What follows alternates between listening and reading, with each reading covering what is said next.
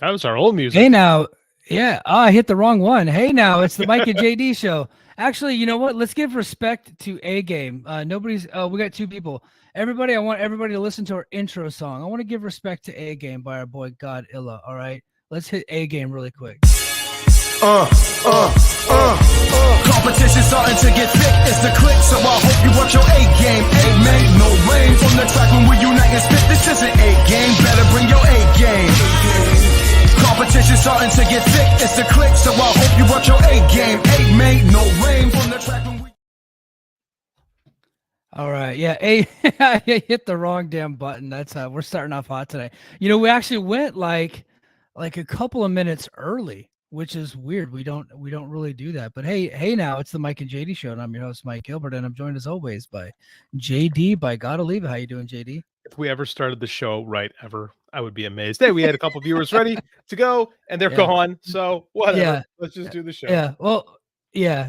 They bailed on us. That's pretty funny. Whether No.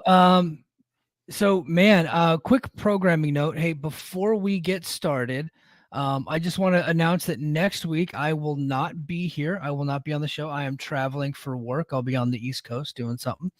And so JD will have a co-host, although I'll have my laptop with me and I'll be in a hotel. I just don't know which hotel I'm staying at. I don't know the Wi-Fi situation. I don't know any of that stuff. And I don't know my schedule. So typical day in the military, but I got a trip planned next week. So I'm leaving on Monday and I won't be getting back probably till like the following Monday or Tuesday. So I will be out of pocket for a little bit, but I'll have my my laptop with me and hopefully I can lay down some audio for the Patreon on my own. And so JD will have a guest host. And also, if you're watching this on the Voices of Wrestling YouTube, go ahead and give us a big thumbs up, throw down a comment, subscribe to the channel, and then head over to our Patreon. Go to patreon.com/the Mike and JD show, where we have tons of content every single week for you. But JD, man, how is everything going for you in your neck of the woods? good, man.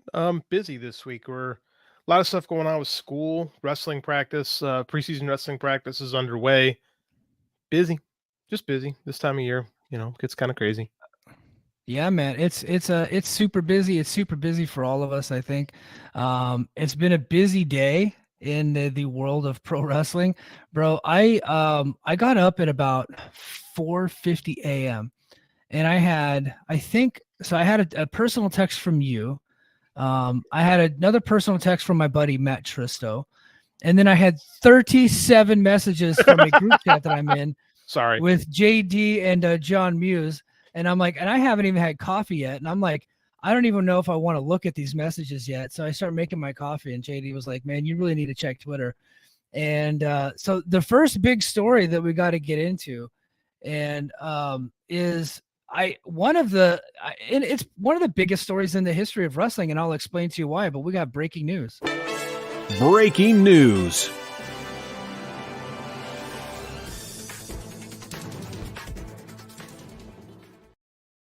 What we're breaking? What's going on? Well, it was broken earlier today. I just really wanted to hit the button. I know it was broken about 13 hours ago. Broken about 12 hours ago. Mister, I live in Hawaii and I'm always back with everybody else. Yeah. Okay. I know everybody is alive and well and awake and getting all the news, and I'm just sound asleep, haven't even had my coffee yet. And WWE Smackdown is leaving the Fox network and they are heading to USA Network for a reportedly, what's up? Whoa. As first reported by the Mike and JD show by one BJ Bethel of SE Scoops, we were called crazy when we posted that. We had a guy on our feed who said, I'm going to bookmark this. And Mike, God, I wish you screenshotted your own tweet today because you are the most petty dude I know, and I love you for it. Mike felt the need to call out a guy who told us we were wrong when we were right. So we had that information long before everybody else did.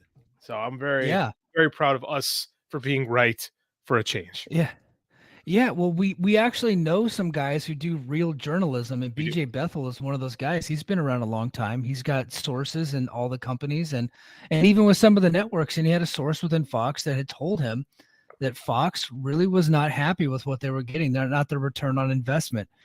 I think that a lot of people will see SmackDown's uptick in ratings lately as proof that Fox should keep them, but not at that price. No. Fox has hit shows after hit shows. They got the NFL, they got Major League Baseball.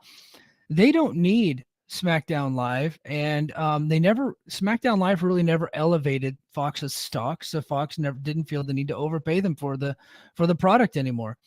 So, and BJ reported that on our show 4 months ago. He said that this was most likely going to happen. Yep. They got a 40% increase to return to the USA Network, right? So someone tried to break this down. I mean, like, okay, let's be real. The stock market did not like the deal for lots of reasons. We can talk about that. Yes. But they got a 40% increase. If you're just looking at simple dollars and cents, you win. That's a good thing for them. It's probably less than I think a lot of people were expecting. I mean, it's 40%, like for SmackDown. Mm-hmm.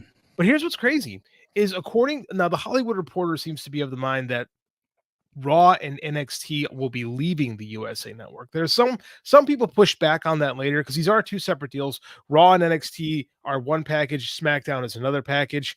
So it still is. There's differing opinions on whether Raw and NXT would return to USA or whether they will move on. So I'm not sure where that is right now.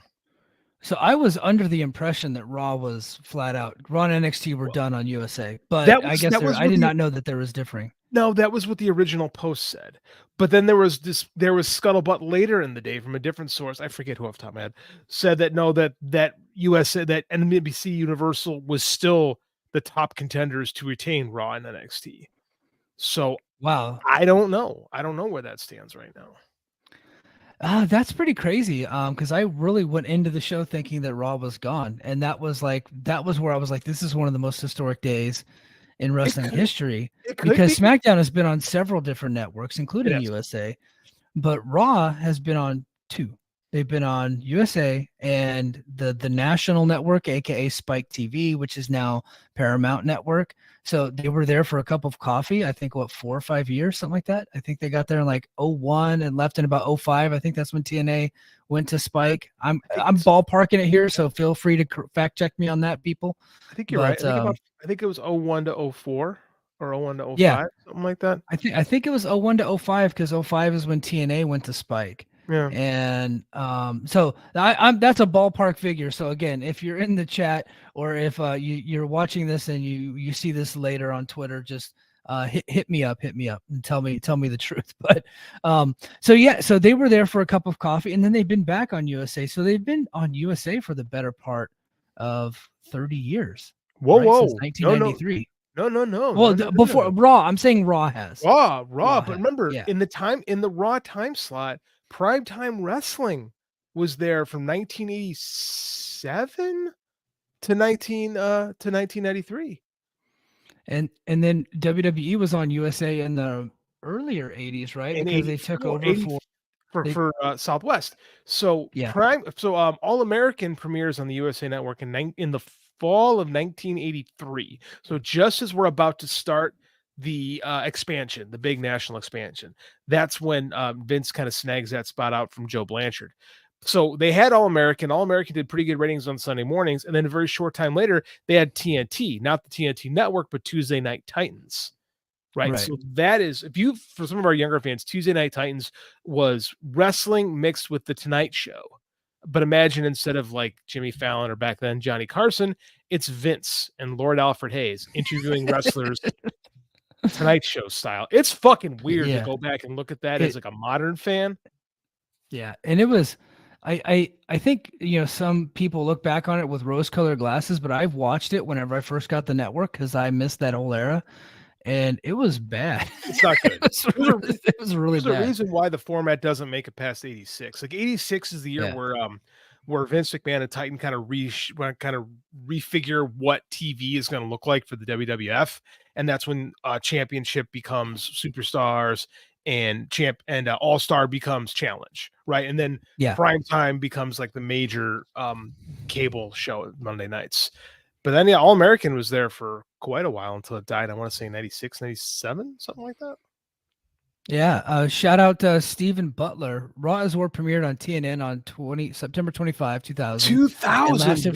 Lasted for 5 years. Yeah. So they were on They were on for 5 years. I do know that TNA came on right around that same time. I want to say. Actually, I think it would have been like August or something like that. But that's pretty crazy. I thought there was more time between Raw leaving and Impact premiering. I guess not.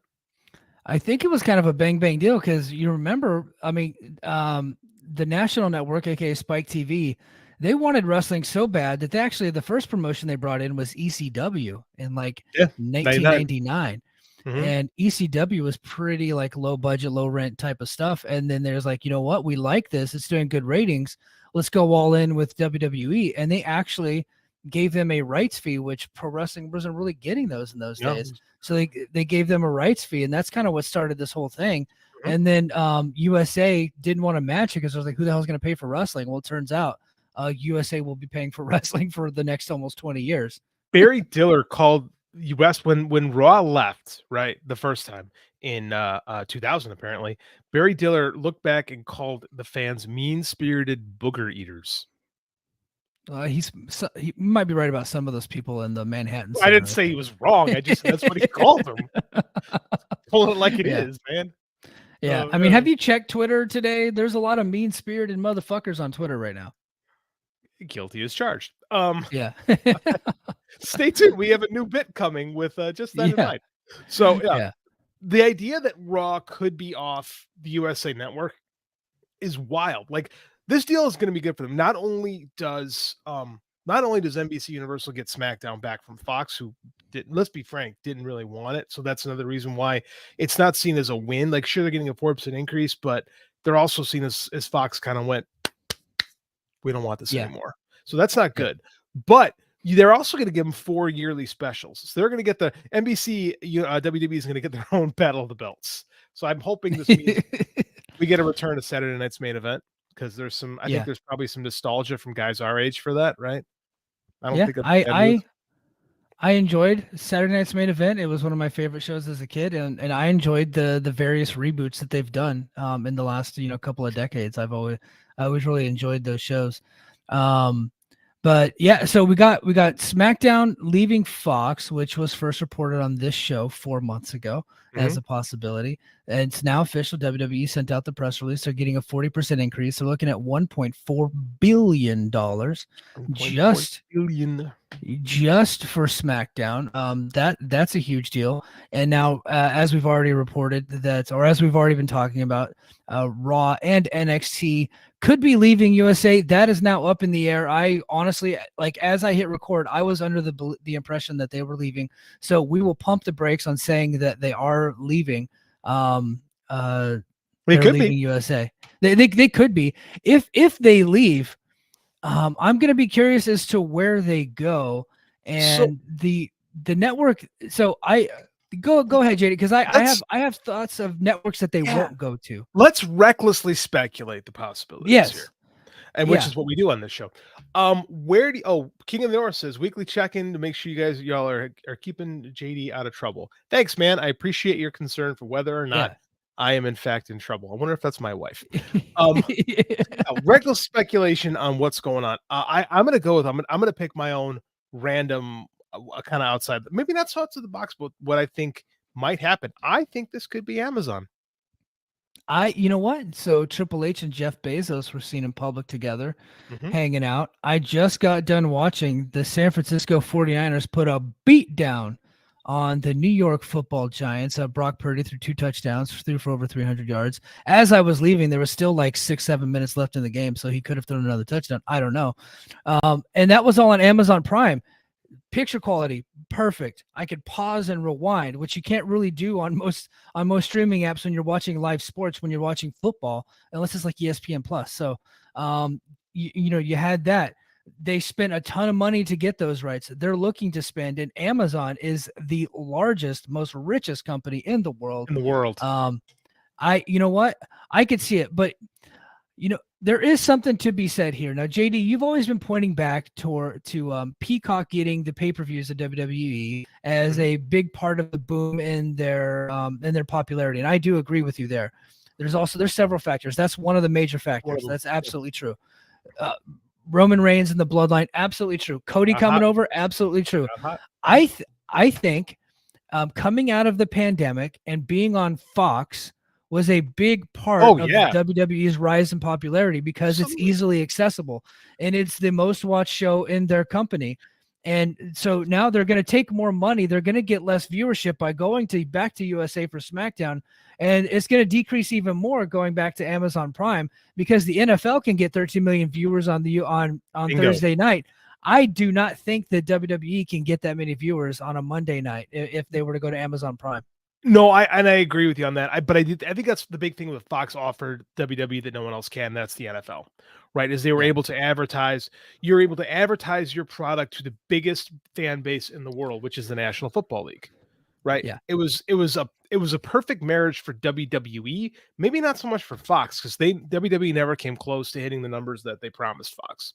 Right, like I know people are hampered on Dynamite and like, oh, their first show drew X. Well, the first SmackDown on Fox got 4 million viewers, and they never even came close to approaching that again. I think for a Christmas episode right after an NFL game, they got it with Roman Reigns and Kevin Owens in a steel cage, coming in hot. That was a couple years ago, and they have not done it since then. But that was NFL lead. That was an NFL lead-in though that helped them get over that hump. Yeah, it was a big, and they never came close to it again. Right, which tells you that it was the NFL leading because people, it was a Christmas game, right? Yeah. It was either Christmas or Christmas Eve, something like that. Yeah. So it was, So they leave. So a lot of times people leave the TV on. That's what happens with those things, right? And that skews. That's why every time you get an overrun for a wrestling show, right, and there's a 5-minute overrun, you know for a fact they're chasing ratings, which NXT and AEW did this week to their benefit, by the way. All wrestling companies should do the overrun because people change channels at the top of the hour, right? To this day. Mm-hmm. So you're still going to get a little artificial uptick that's going to boost you up a little bit, right? Boost you up a little bit. Yeah. So I think Amazon Prime is a legit source. I've also heard potential of like FX. Well, right? So that's the thing that I wanted to get into because FX is owned by Disney now. And there's been talks of Disney getting in on the WWE rights deal. But if they do bring them over, do you think that Disney is going to want to put a show on FX across from Monday Night Football, which airs on ESPN, ESPN2, ESPN Plus, and now ABC? I don't think so. So if they did go to that family of networks, we're looking at possibly moving Monday Night Raw off of Monday, which would be another historical thing. And you know damn well that if they move off of Monday, they come into Wednesday. That's exactly where they're going. They're not going to Tuesday. They're going to Wednesday. Here's why I think Disney is not a player for this anymore. Big news coming out is that Disney is in talks right now to sell ABC to Nexstar. I saw that.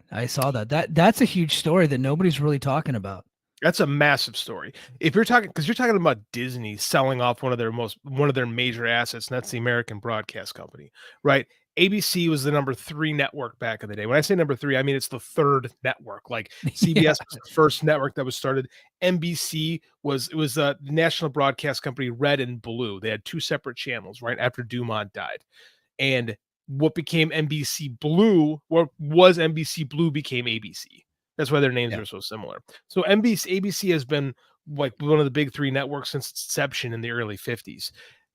Disney's owned it, I want to say, since the mid 80s. So the fact that they're looking to sell it is game-changing stuff. The next 2 years are going to completely redefine the television landscape. Completely. Yes. And with Disney and ESPN looking to create a la carte services, it sure seems like they're looking to get out of the cable game altogether and out of the traditional broadcast game. So I think Disney is something that might have been at play, but now what are they going to do with it if they sell ABC? I mean, for FX1, I don't see it, man. I don't see that being a possibility. Yeah, so that's why I'm like, oh man, that's going to be a hard sell. NBC Universal could just put it on NBC. I think that's still a possibility, as you said, because the rights deals are separate. Here's an off the wall one. AEW's TV rights negotiation is coming up, and WWE's at the same time. They've been linked to Turner in the past. WWE. What if they go to Turner? I think I don't see it, but I also don't think it's like a it's not that far fetched. You know what I mean? I don't think that happens, mainly because I do think there's I think it has not been disclosed because it doesn't have to be publicly disclosed, but I think Turner is a part owner in AEW. I've said that on this show. Yeah. I firmly believe that Turner owns at least a piece of All Elite Wrestling. And if WWE, I think they would like to have, I think Turner would not mind being a wrestling hub, right? It kind of goes back to the company DNA. They've had success with Dynamite. I'm sure they would like to say, hey, we got AEW and WWE. The problem is WWE is going to want exclusivity. Yeah. So I don't see Turner ditching their significantly cheaper, like WWE gets 5 times the money AEW does, and they deliver half the ratings. They're a steal for the network, right? Like AEW is I know people don't want to hear this, but AEW is a financial steal for the Turner network. Even if they get their rights, even if they get the anticipated rights, boom, right? Everyone kept talking about this $1 billion deal for the entire AEW package. WWE is probably going to wind up with like $3.5 billion for their entire TV package. So you're talking more than 3 times, right? For half the ratings. It's still a steal. Yeah. It's still a steal. Yeah. Turner is likely to get the AEW like entire thing, including pay-per-views, which we'll get into in a minute, for a good round figure of $1 billion. That's the number that we've been talking about for months here on the show. That was reported by several outlets, and then it got pulled back. Lots of stuff going on, but you're talking about Dynamite, Collision, and Rampage, 3 in 1, plus monthly pay-per-views. AEW is going monthly now, going to HBO Max in some form or fashion, whether it be pay-per-view or part of the subscription service. Let's go ahead and get into that, and then we're going to talk about the. Go ahead. I didn't even include WWE's pay-per-view money that they get from Peacock, PLE money that they get from Peacock, right? Yeah. WWE is making just hand over fist money in all this. So, stock's taking a beating today, but it'll recover. Like, that's what makes AEW such a tremendous deal for the Turner networks. And if I could see TKO saying, well, if you want us, you got to drop AEW. And I think it's just too good a deal for Turner to walk away from. Right. I think saying, oh yeah, WWE is interested is more of a Nick Khan kick the tires thing, try to get more investors. But I'm wondering, before we wrap up, I'm wondering how many people are really interested in this if SmackDown just goes back to USA. And I think that's why the stock plummeted today, because I think that the idea that all these suitors, and they said, oh, some surprise suitors are in there too.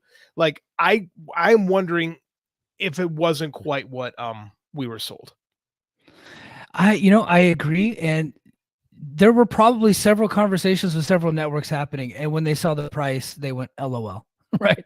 It's the old Court Bauer scene outside of Viacom headquarters. Right. So, hey, what are you doing here, Court? Would you like to do a TV deal? No.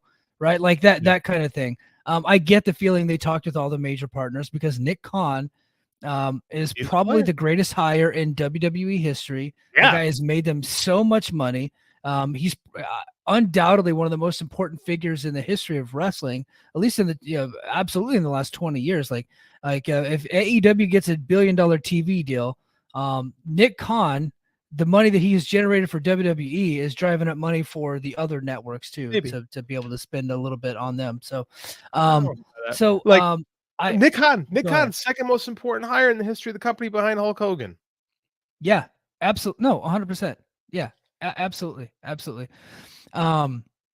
So we also heard last week, it was Andrew Zarian was talking about it, that HBO Max is going to be adding live sports, and that AEW would be a part of that. Well, we got the announcement that Max, formerly known as HBO Max, is adding live sports, and they listed off a bunch of sports of the Turner Network.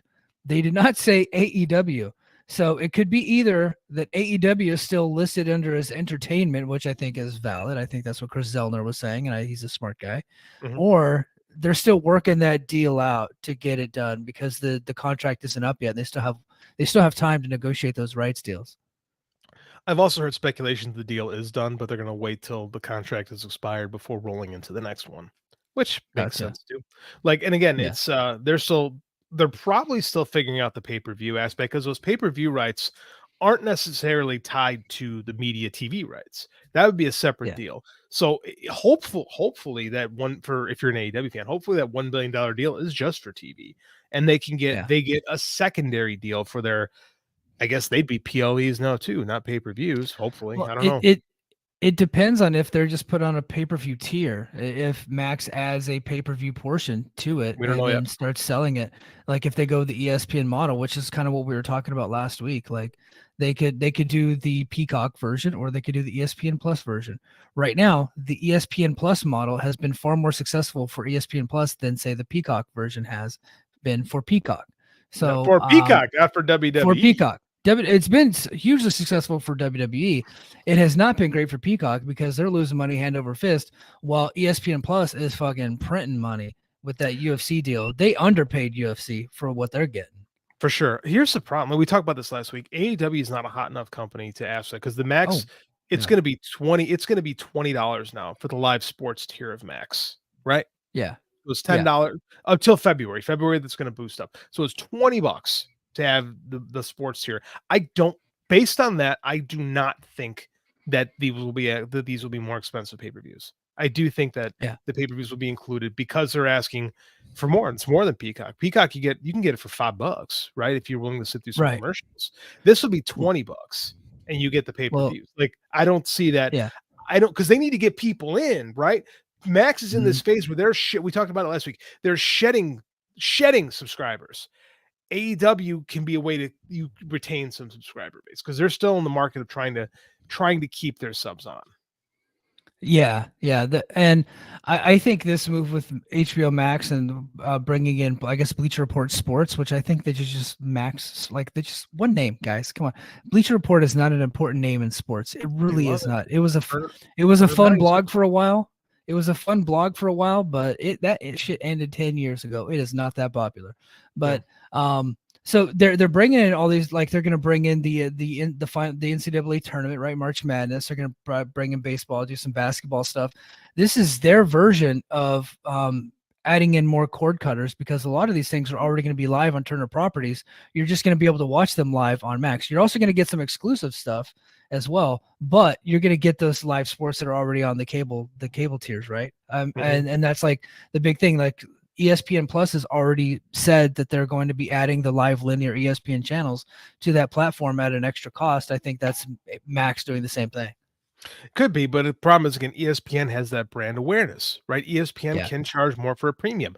Max Sports is not a thing. BR Bleacher Report does not have a good quality name in the sports field. Like, it doesn't. Like, it's not a trusted sports name. They're playing by different rules right now. Right. I don't think that Max can get in the game and expect to get the same type of results that ESPN is, or Peacock for that matter. You know who was a trusted name in sports that people would pay hand over fist money for to watch them on pay-per-view was fucking HBO. And they cut that name out of it. I spent a lot of money on boxing pay-per-views back in the day. And I used to love watching Inside the NFL on HBO. Love all their documentaries. Loved all their HBO sports. That was a home run brand, and they got rid of it for whatever reason. Well, the problem is, we talked about this too. When you have a merger, one company will become the dominant player in the merger. We're seeing that with TKO and WWE.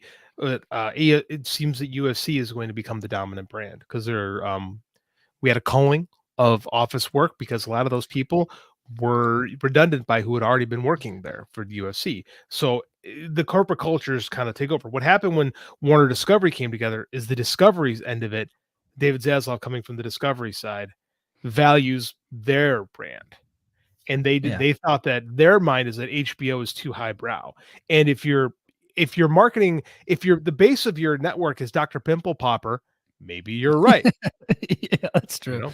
Yeah. Do Dr. Pimple Popper fans like HBO content? Do they like The Sopranos? Do they like Game of Thrones? Probably not. Probably not. They're not watching. Probably not. Those things. Hey, before we get to the next topic, I want to give a shout out to everybody in the chat. Shout out Drew. What's up, Drew? And shout out Sean's View Entertainment. Thank you for being here, my brother. Shout out Dobby the Brain Heaton, my man, Patreon subscriber. Thank you very much. I really appreciate you. So shout out all the homies in the chat right now. Thank you. And if you're not a subscriber, head over to patreon.com/the Mike and JD show and check out our premium content. We're going to be, JD and I are going to be recording another podcast tonight, right after the show is over. Overtime. That's going to be, overtime. That'll be airing over the weekend. Plus I will be back with Brace for Impact this weekend, where I'll be reviewing Impact 1000 Part 2, not episode 1001. It's a 2-part episode that they put over 2 weeks to keep that branding off, to keep the branding going. I love it. Carnies, man, they're the best. And I will be talking about potential Impact signings coming up, because 90 days away is right around Hard to Kill time. So I'm going to be talking about that. Plus, Will Ospreay's match was just announced. It's going to be Will Ospreay versus Speedball Mike Bailey at Bound for Glory in Chicago. JD, you going? Do you think you're gonna go? Guess who's gonna go back to an Impact show this year? How am I gonna miss? Double. How are you gonna miss it? How are you gonna miss Will Ospreay in an arena like in Chicago Stadium? It's a small, intimate venue. You get right up close. There's not a bad seat in the house. And you get to see the greatest wrestler in the world right now. Right. And then he has great chemistry with Speedball, and I think they're gonna fucking tear it down. And then in the main event, they just announced, and I'm gonna talk about it this week on Brace for Impact. Head over to patreon.com/the Mike and JD Show. Is going to be Alex Shelley versus Josh Alexander for the world title in the main event. I don't think that's a hell of a 1-2 punch. Probably one of the better 1-2 punches in the history of Impact. But so shout out to everybody in the chat. Head over to our YouTube channel, YouTube, The Mike and JD Show. We have a very special guest on right now. I was going to wait and talk to him about some Joshi talk, but I see him sitting there. He's got his hair all slicked over. He's got his microphone ready. He's ready to fight, man. He's ready to come in here and talk with us. Let's talk about these mass layoffs with Scott E Wrestling, man. Come on in, Scott. Hello, guys. Thanks for having me. Hello. So here's what I want to do. I'm going to read the list of the releases, and then I just want you guys to pick a name from the list and tell me who Tony Khan should sign. So let me hit that list, because the list is extensive. Okay. First up, we got Mustafa Ali. Then we got Emma Lena, who is Tennille Dashwood. We got Rick Boogs. He's the guitar guy. Aaliyah, who must have some dirt on WWE, because that lady's been there for 10 years. I've never seen a goddamn match of hers. Elias Sampson. 75 matches. 75 matches in the company. So when did the match? 75. Over a decade. Yes. Why, dude, I remember her from the Battleground NXT documentary, which was a very good show, by the way. And that was when I was deployed in Afghanistan in 2016, and she still ain't been on TV. So Elias Sampson, which no surprise there. AJ Top Dollar Francis, he got shit canned. Riddick Moss, he joins his lady friend there, Emma. Shelton Benjamin, a big time legend in my eyes. Dolph Ziggler, former world heavyweight champion. Quincy Elliott from NXT. Bryson Montana, never fucking heard of this guy. Dana Brooke, I saw that one coming. Mace, not from the 90s hip hop with Puff Daddy. This is a different Mace. Mansoor, Mace's tag team partner. Shanky, Dabakato, Ulissa Leon, no fucking clue who that is. Daniel MacArthur, no idea who that is. Kevin Ventura Cortez, not related to Jesse Ventura. Alexis Gray and Brooklyn Barlow. Nothing on that one either. All right, guys. I said all the names. JD, actually, Scott E, you're the guest. I'll let you go first. From that list, give me a name that you think could go to AEW that Tony Khan should sign, and then just give me a name that you have like high hopes for on the indie scene. All right. I think Tony Khan should bring in Shelton Benjamin. Okay. I think that's a great veteran for either AEW or Ring of Honor. I think we have to remember that is technically in play. You know, Eddie Kingston's world champion. So until he's not, stay tuned for that, because JD and I have some takes on that one later. But go ahead. Well, yeah, it's not a promotion that really exists, but either that or I want Shelton to go back to Japan. That's about where I'm at. Noah, baby. He's a spring chicken for Noah. He's like a rookie over there. Yeah, he's got another good decade plus of a Noah run left in him. Yeah, that's true. And what was the other question? Just someone I think that'll do well? And just somebody that you just see high hopes for on the indie scene. So you think Shelton should go to AEW or Noah, and then just somebody you got high hopes for on the indie scene. I think Ali's going to do great. Yeah, good deal. JD, what say you, sir? I think Ali's going to AEW for one reason alone. His biggest advocate in WWE was Bryan Danielson. Yeah. And Tony Khan trusts Bryan Danielson, as he'll tell you any chance he gets. I think he's willing to give Bryan his kidneys if necessary. I could see, I think, because we know the Bucks, right? They're gonna want that match with the Nemeth brothers on a Dynamite. I don't think they're gonna sign Nick Nemeth, the Kent State Flash himself. But there's a part of me that just I don't know. I don't like that guy. There's a part of me that does not see that goes back a long time. There's a part I do not see a world in which we don't have a match with the Bucks and the Nemeth brothers on Dynamite. I just don't see that not being happening. Oh, that sounds gross.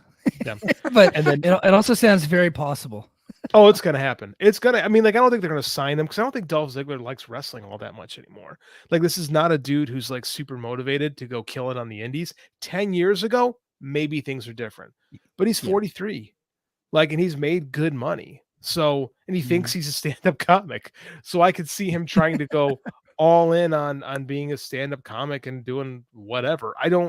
I'll be honest with you, of these guys that got released, it sounds like Riddick Moss is doing the most talking about, he's doing he's the guy that's going, this isn't the last you've heard of me. And then we never hear from him again. I don't know if you guys have been paying attention, but I try not to. And Mace are on Twitch just unleashing stories right now. Really? No. What's any juicy ones? Any juicies? Yeah. I don't know if this one's true, but one of them said Matt Riddle like beat up Gunther. Well, that doesn't have to be true. I could believe that though. Matt Riddle was. Yeah, I know, but everyone's like, "Oh, I don't know if I can respect Gunther anymore." I'm like, "Oh, that's tough." Matt Riddle was on a 4-fight winning streak in the UFC when he got cut because he kept testing positive for smoking pot. He is a legitimate fighter. Okay, right. Gunther pretends to fight. Matt Riddle did it for real. This is the problem with wrestling fans is they think that because of someone's gimmick makes them who they are. And I think Gunther's awesome too. But like when your gimmick is you beat the living shit out of everybody, people are going to assume you can actually beat the living shit out of people. Matt Riddle actually beats the living shit out of people. So I'm not surprised at all to hear that. Like, in fact, I'd be just as a guy in the clique, as an amateur wrestling guy, I would be disappointed if Matt Riddle couldn't. Continue, Scott. So you guys want a quick trivia about Matt Riddle before we move on? Yes. Guess who he beat in high school? Guess who he defeated in high school? John Jones. Yeah, little known fact. He beat John Jones in high school in wrestling. Go ahead, Scott. Mansoor admitted that he never wrestled on NXT because part of the Saudi Arabia deal, he couldn't lose. Oh, well, yeah. Yeah, I saw that one coming. That explains why they don't use him very often because, like, how do you book a guy who can't lose, who's the king of his country may kill you? Yeah, and it's not like he looks like an unbeatable guy. He looks like a normal dude. Looks like a dude. Hey, go ahead, Scott. You got any more juicy ones from Mason Mansoor? They just shared like funny stories about like Sammy being annoying and. They just pretty much said a lot. They said Vince liked them, loved maximum male models. Vince was nice. I was like, all right, that's the way to keep your job. Yeah. If they ever want to bring it back, way to do. Yeah, to your face, Vince is great. Yeah, that's the story. Vince loved me. It was Pat Patterson or Gerald Briscoe or Bruce Pritchard or whoever, JR. Insert whoever has the hatchet guy job that had the problem with me. Vince is great to everybody to their face. Yeah. All right, guys, I will give you who I think AEW should sign. Not a single one of these motherfuckers. I agree with Nobody. No, but not honestly. Like Dolph Ziggler, I liked him 10 years ago. I was a fan of his title chase. I don't think he's done anything interesting since then. I think Ali is a good wrestler, and they have tons of good wrestlers. Mm-hmm. They have lots of guys that can do cool moves and kickouts, and he's just another one of those guys. I don't fucking care. If they sign him or they don't, I don't care. He's Tony Nese to me. He's just another guy on the show. I do know that Bryan Danielson is a big fan of him, and that's fine. I just don't think you'll never get your return on investment from him. No matter how much you pay him, it'll be how are you going to push? How are you going to push a guy that WWE has defined down for so long and has told you is not important? And if he comes on your show and starts winning, doesn't that reinforce the idea that you're a minor league promotion? I think he should go to Impact. I think Ali should go on an indie run and rebuild himself. And if he wants to do some dates with Impact, do them. Dates with MLW, go ahead, do it. Go to Japan. I think just work in dates. Come on. I think he should do. I think every person on that list should look at the Matt Cardona. The Matt Cardona template is exactly how you should do it. Reinvent your character, work everywhere, elevate every company you've been to, and do it that way. Look at Drew McIntyre is another one. Cody Rhodes is another one. Cody Rhodes, look at what Cody whenever he got released from WWE. And I'm going to throw another couple names out there, and I'll show my Impact bias. Steve Maclin is a guy that was in a dead tag team, and he came to Impact and he completely rebranded himself, right? He was completely different than like No Way Jose, who came to Impact as No Way, right? And then Big Con got fired, and then 3 years later shows up in Impact. He goes from Connor to Big Con, right? They chop off half their names, and then they walk around as formerly known as motherfuckers. Nobody cares about you. Go away. Right. But if you want to bet on yourself, if you want to believe in yourself, reinvent yourself and get out there and fucking hustle, then you have my attention. I think all of these cats should have to go do that, with exceptions of, Shelton Benjamin, I think is a legendary figure in my opinion. I just happen to be a big fan of his. If people picked him up, I wouldn't be a problem. Everybody else, you got to go and prove to me that you can eat, that you can go and get yours, that you still have what it takes, that you got the hustle in you. Because I haven't seen it from a lot of these WWE releases, specifically with the blue chip athletes that coming into NXT that really didn't come through that independent system. You don't see it with those cats, and a lot of these people are just like that. And then a guy that I have high hopes for. Sorry, not go all, ahead. not all those. Not all. I said athletes. A lot of. Not everybody. Those Creed brothers are kicking tremendous amounts of ass down there. No, I'm talking about the people that got released today. I'm talking about the people that got released today are blue chip guys that didn't really have passion for pro wrestling. Right, got paid to train. Yeah. The guy that I think that I could see going out there, and aside from Ollie, which I think we all can agree on that he's great. That could go out there and reinvent himself and maybe do something, it would be Riddick Moss. That guy's a hell of an athlete. He's got some cool moves. Like, that's big on the independent scene. And I just think that he is a big wrestling fan, and I could see him going out there and doing the hustle. And I'm happy to be wrong in this situation. I just see that in him based on some of the things he said recently, some of the interviews he's done in the past. I just think that he might have that in him. So he showed more personality on Twitter today than I ever saw from WWE. So if he can channel that a little bit, because he's got a big body, right? On the indies, he's going to be a monster. Maybe I don't think anybody knows how good he really is, right? If I'm AEW, I keep my distance from that guy. If I'm an Impact, I kick the tires on him. I want to see that guy go to Warrior, right? A place where he can completely cut loose. And let's see what he really has. Put him in there with Brian Cage. Here's a hot take for you. Brian Cage, one of the hardest working motherfuckers in the game. That guy's everywhere, working his ass off all the time. I know it's cool. Brian Cage sucks. I could be an internet wrestling fan. Like, Brian Cage is everywhere. If everyone in the AEW locker room had Brian Cage's work ethic, the things would be a lot better for them. So let's put him in there at Warrior Wrestling in Chicago with Brian Cage, and let's see what Riddick Moss really has. That's what I think. Yeah, same here. Go ahead, Scott. Oh, no, I was going to say Riddick Moss feels like a perfect Impact, like, trial guy, kind of like Steve Maclin was. Oh, yeah. But so the real reason why we brought Scott on here, he actually DM'd me. He's like, "Hey, man, am I getting bumped again?" Because last time he came on, CM Punk, I think, got fired or some shit. So we have like, "Hey, man, we got a lot to talk about." We got a lot to talk about. But I think we were all expecting Mercedes Mone to be at Grand Slam. And then the day before the show, I think the three of us got word that she's still hurt. She's in a walking boot.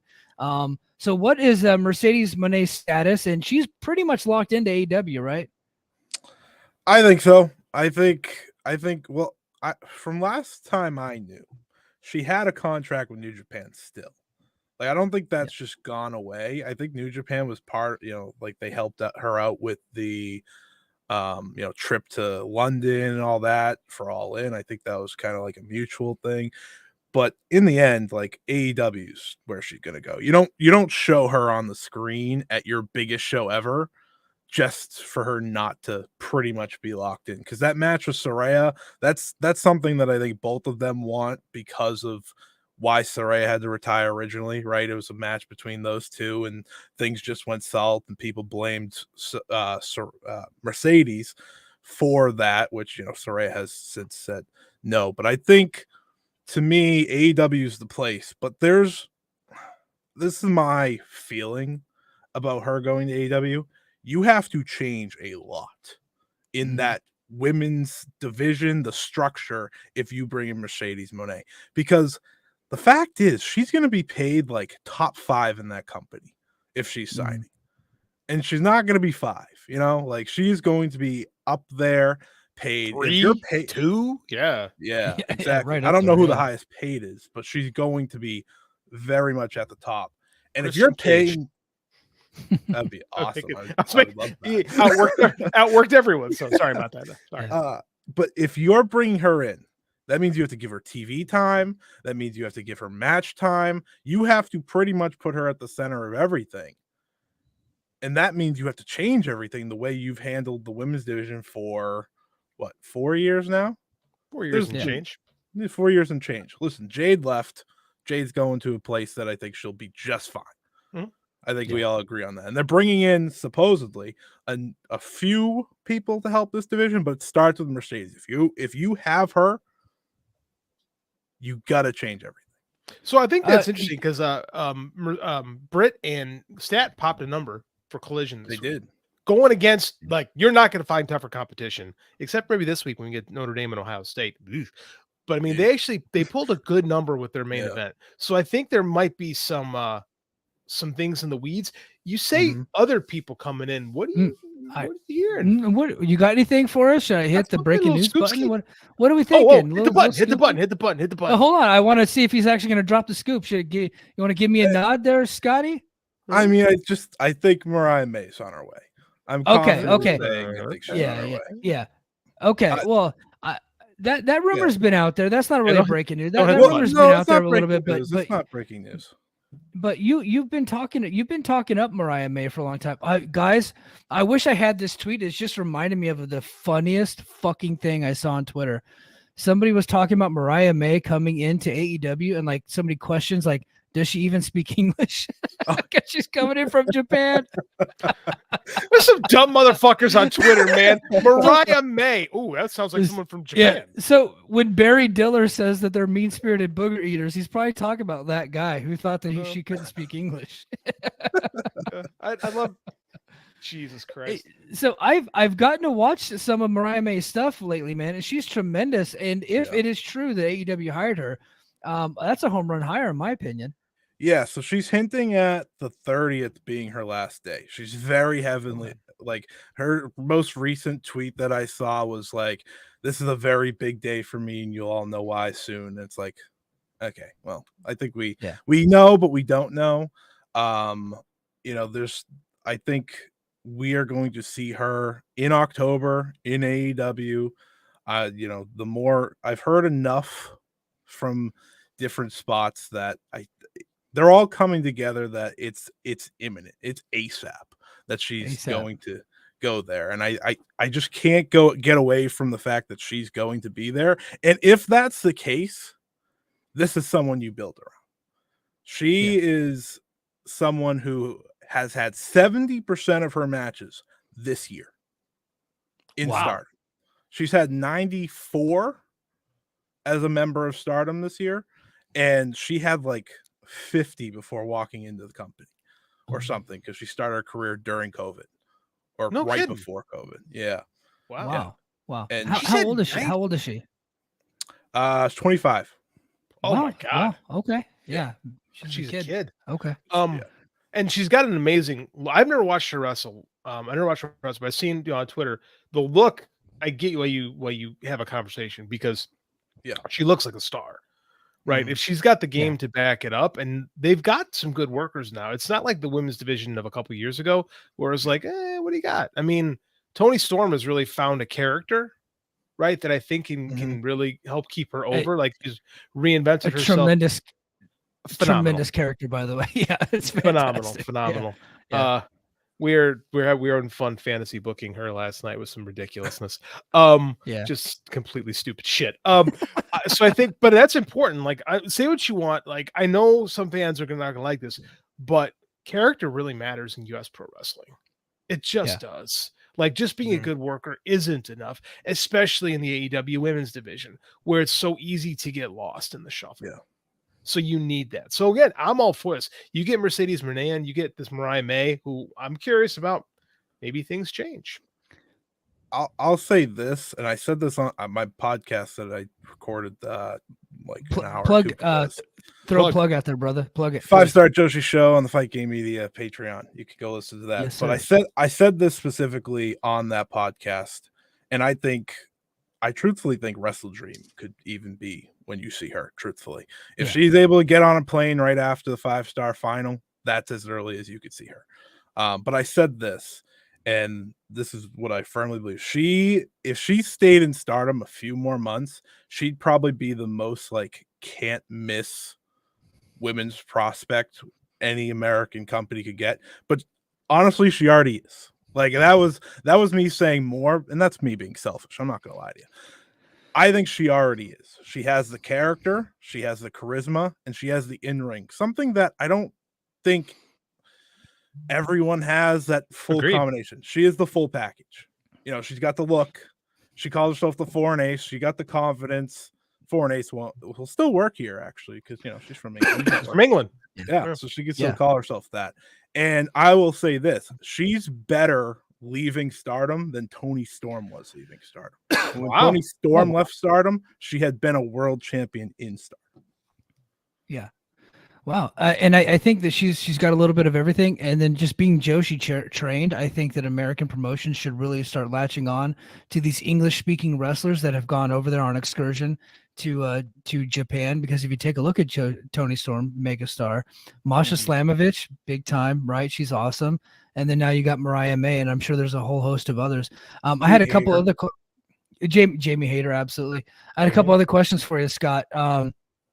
The first one is Kyrie saying, what is her status? I heard that she signed with WWE, but we have not seen her. And now WWE just shit-canned everybody. Yeah, they did. She's finishing up on the 9th. She's having her last Stardom match, and then she's going on a indefinite hiatus. She's going to WWE, but she's finishing up her date. Yeah, I think she's locked in, just like Nia was, just like who else signed? I thought someone else signed. I don't know. WWE's weird company. Carlito. Carlito. The authors of Pain. Yes. Yeah, right. Yeah. But yeah, I think she'll be back. I'm guessing maybe end of October, or they save her for the Rumble. I could see that too. Okay. And hold on. John Muse just popped in the chat. John Muse said, yeah, she's there. Like she's yeah, he would know. John says that she's on her way. JD, you got a question for Scotty? I do. We got a Hayu, is that this? Hayu.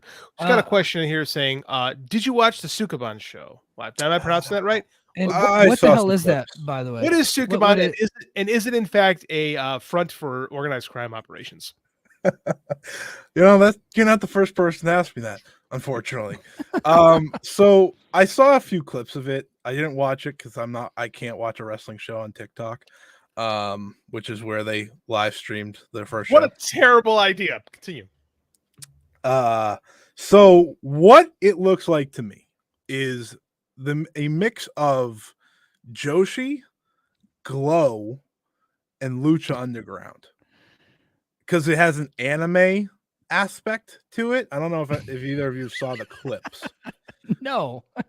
Yeah. But JD left the show. Leaving. JD quit the show. Yeah. I'm out. I've lost interest. Yeah. So like a lot of people that like follow Joshi, they're like, well, this is built for someone else. And I was like, I don't know who it's built for, because like the Glow aspect alone has me all thrown off. So I've heard a rumor that this is basically just going to be content for Crunchyroll. Yeah, I heard that yesterday too. It was in that same group chat. Yeah. So the reason they aired the TikTok on the TikTok, whatever it was, I think they just wanted to get the first show out there, and they didn't have anything else. They have over 17,000 followers or something on there, and they've had videos that have been viewed like 2 million times or something. So to them, that was probably like, all right, let's try this out. I think they are putting together a show eventually, but I thought they were going to do like full on tapings tonight. They did 5 matches.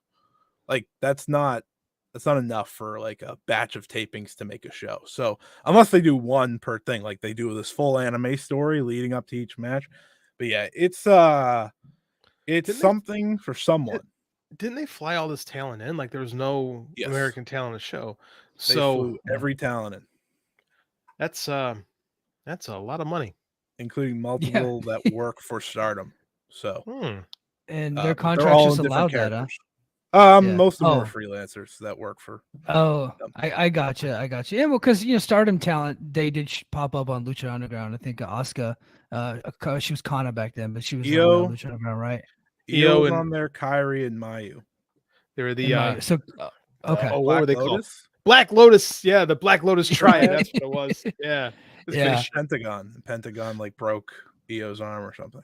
That's good shit. Dude, I know people shit on Lucha Underground, but that first season was entertaining as hell, man. It wasn't great pro wrestling. It was entertaining.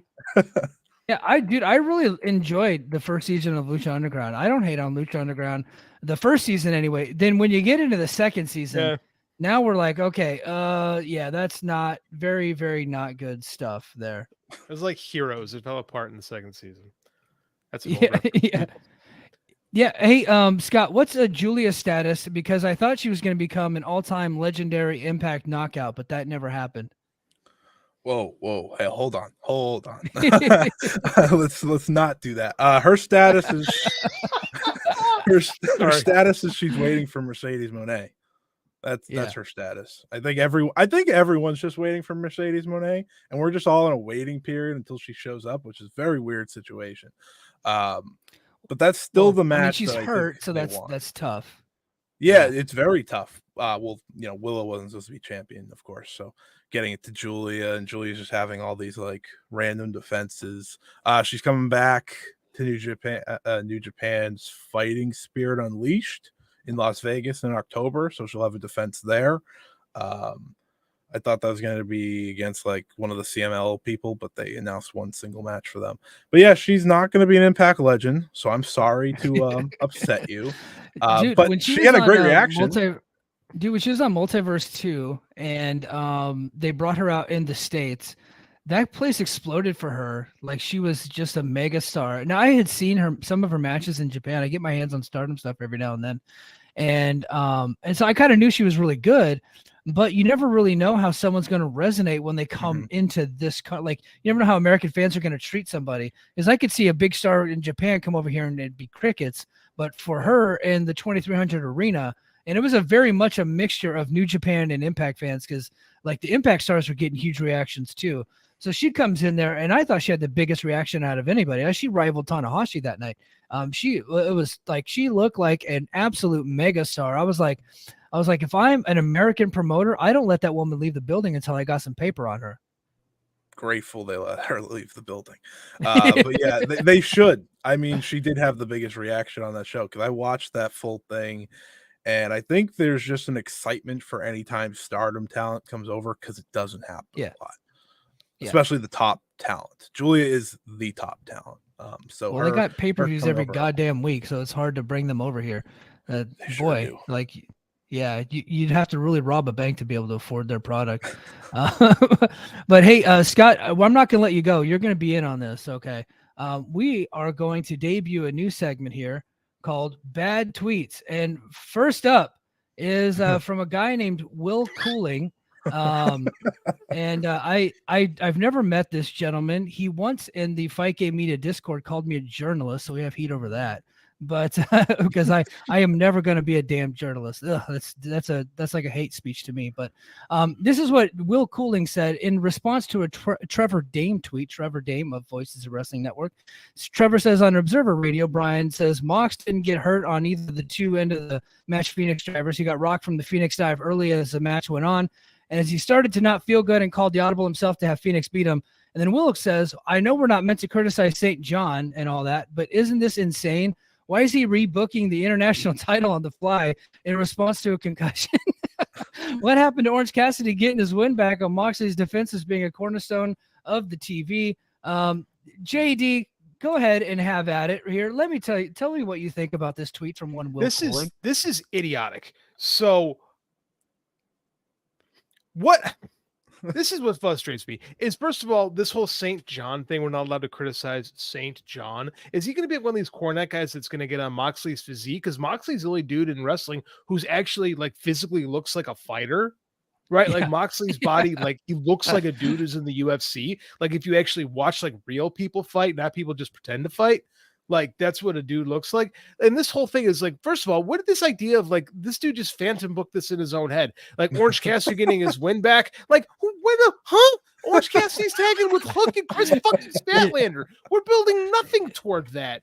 Like, and this dude was, I'm sorry that he got a concussion and was worried about the company and his future. Adam Cole was off for 9 fucking months with a concussion.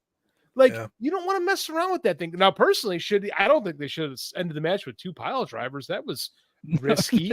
Not helpful to the concussion. not the best way to end that match. Like, Mox was we had to go home, and Phoenix like, oh, okay, I'll drop you on your head twice. I'm like, oh, that's questionable. A questionable decision at best. But how can you be this fucking stupid? Like it's the exact same thing that happened with Mercedes and Willow, right? Mercedes is like, she's like, I'm gonna be hurt. This is bad. I have to get the belt off of me, right? When in the history of pro wrestling, people are selfish as fuck, right? They put the title on one of the best workers in the company. They put this international belt, which is now the workhorse belt. They put it on Ray freaking Phoenix. Like one of the most popular guys in the company. One of the most popular guys in the company, one of the best workers in the company. Like, I'm sure they can pivot to something. And Moxley's got a concussion. Hopefully it's not that bad, but you don't know. You don't know. Yeah. When you have a traumatic brain injury, a BTI, if we want to get specific, or TBI, excuse me, BTI was Impact stuff. You want to be careful with this stuff. So you know what? Best idea possible. Get the belt off him. Let's stay safe. Will Cooling can have more terrible UK tweets. Scott, I don't mean to put you on the spot. I don't even know if you know this guy. I personally just don't know the guy. So I've never really, other than one interaction I've never had with him. But I mean, is this like a grand conspiracy of John Moxley to screw over the legacy of one Orange Cassidy to get a boo-boo on his head and just put the belt on Phoenix of all people? Like what is this tweet even? I stopped at St. John. Like, I didn't even get to the rest of it when you were reading that. I was like, what? Where did this is that something that a lot of people say? Have we been called? Oh, okay. All right. No. Cool. No. I'm gonna call him old St. John for now on because it makes so much sense. I mean, when was Orange Cassidy getting his win back? I never thought for a second Orange Cassidy was getting his win back. To me, Orange Cassidy lost, and that was it. That he had his world title run. Yeah. We move on. Yeah. You know? Like and being a cornerstone of television, he can do that when he comes back. That's how wrestling works. Yeah, he's been a TV cornerstone of this promotion for 4 years. Come on, man. That's a terrible tweet. Terrible. I love this new segment, by the way, Mike. Genius. So if you're listening to this show on Apple Podcasts, Spotify, or wherever you get your podcasts, and you see a terrible tweet, tag JD and I in it, and I'll add it to my bookmarks, and we'll have more terrible tweets. I just thought of this one today when I saw this specific terrible tweet being shared around. So I was like, you know what? We need to talk about this. And there's so many terrible tweets. This could be a weekly bit that we do at the end of the show as we start to approach the 1 hour mark. So before we go, we are going to be heading over to Patreon. Go to patreon.com/the Mike and JD show, where JD and I are going to do overtime, where there's more Vince news. Axios today broke a Vince story about him possibly leaving WWE soon. And JD and I will be discussing whether or not ROH is in fact dead. Stay tuned for that. Scott E. Wrestling, Scott Edwards, my man, Joshi expert. Thank you for being here. Please, why don't you plug patreon.com/thefightgamemedia. Tell us what you got coming up on the 5-Star Joshi show and what Gigi and the boys got coming up. Yeah, well, you already beat me to it. You nailed the link. I don't think I've ever said the link on my show, by the way. Never in my life. I'm the professional at that. That's why Gigi loved my ass. I applaud you. But yeah, it's the end of the 5-Star Grand Prix, which is the biggest women's professional wrestling tournament in the world. It's the G1 of Stardom. if that, rings a bell. So I'll be having a lot of coverage on that. I'll be going live sometime next weekend to review the final. There's been a lot of injuries in it, so it's a mess, but that's what I'm here for, to explain it to all of you. I always recommend, if you want to check out Stardom, the 5-star Grand Prix final, that's the best show to jump in. You just get a lot of great wrestling up and down the card. And yeah, the Fight Game Media Patreon, busy as ever. There's a lot of shows on there that, you guys, all the shows. We got Power Bombshells. We got the New Japan show with Jeremy Feinstone. We got the Dynamite show with Paul Fontaine and Jeff Hawkins. We got In the Clinch with Paul Fontaine and Ryan Frederick. I have the plug memorized because I used to do it every week on my show. So yeah, that's impressive. If you can't remember it, I got you, buddy. We'll go ahead and plug our friends over at Fight Game Media. Thank you. I will plug my reviews on voiceofwrestling.com. I review Stardom. Yes, sir. Shows, and I preview every Stardom show. So yeah, go check those out. This is the network to do it. So that's about it. Yeah. I'm probably gonna have an interview somewhere down the line with some people, but I can never tell you. The amount of times I get yes and then it just doesn't happen. It's an unfortunate amount. But it's okay because when they happen, it's great. Tell me wrestlers lie. Get out of here. It's sometimes a friend of mine, we do have to go, but a friend of mine just got stood up by Sammy Callahan recently, and he was so pissed. It's like, if Sammy fucking Callahan stands you up, man, it's like, man, you've really hit the depths of despair in pro wrestling media if you get ditched by Sammy Callahan. So I got ditched by Court Bauer once, man. I think that might be worse. Yeah. But hey guys, that is going to do it for us this week. So head on over to patreon.com/The Mike and JD Show. Catch us over on Patreon. Head over to our YouTube channel. It's the YouTube, The Mike and JD Show. We're going to have tons of clips. We're going to have BFI clips coming up, exclusive content, all kinds of stuff coming up. And until next time, mahalo. Competition starting to get thick, it's the click, so I hope you watch your A-game. Amen, no rain from the track when we unite and spit. This isn't A-game, better bring your A-game. Competition starting to get thick, it's the click, so I hope you watch your A-game. Amen, no rain from